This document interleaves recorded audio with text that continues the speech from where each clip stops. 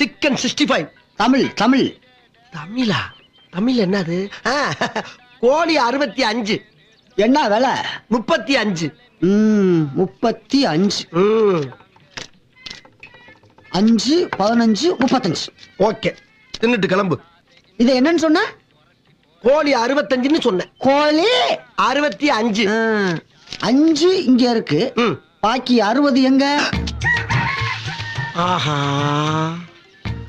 ஆரம்பிச்சுட்டாக்கையா. என்ன சொல்றது? நான் கேட்டதுக்கு பதிலே காணோம்.